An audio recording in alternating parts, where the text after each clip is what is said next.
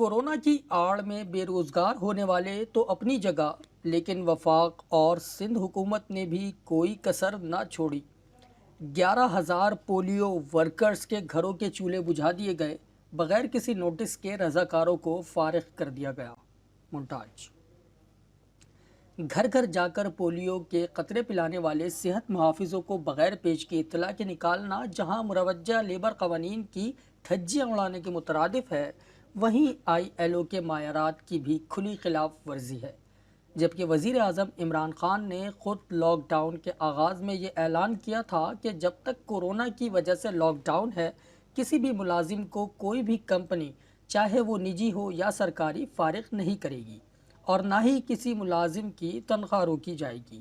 مگر سادات حیدر مرشد ایسوسی ایٹس یعنی تھرڈ پارٹی نے یکدم فنڈز نہ ہونے کا بہانہ بنا کر ہزاروں پولیو ورکرز کو فارغ کر کے حکومت سندھ کے قانون اور وزیر اعظم کے احکامات کو ردی کی ٹوکری کی نظر کر دیا۔ ہمارا روزگار جو ہے حکومت سندھ نے چھین لیا ہے، تو برائے مہربانی ہم پر ذرا رحم کریں اور ہمیں جو ہے نا ہماری جاب جو ہے دوبارہ سے دی جائے۔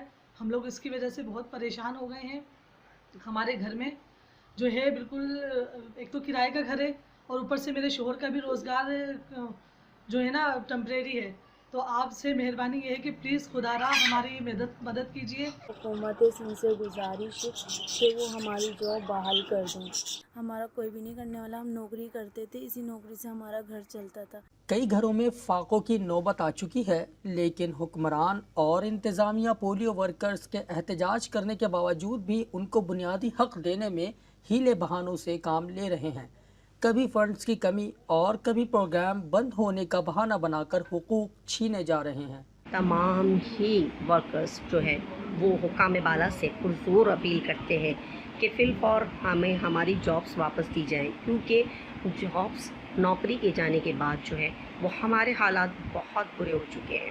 متاثر ہونے والے 11,000 پولیو ورکرز نے وزیر اعظم Pakistan, chief justice Pakistan, governor Sindh, وزیر اعلیٰ سندھ، وفاقی وزیر صحت اور صوبائی وزیر صحت سے مطالبہ کیا ہے کہ پولیو پروگرام کو قابل اور باصلاحیت افراد کے ہاتھ میں دیا جائے۔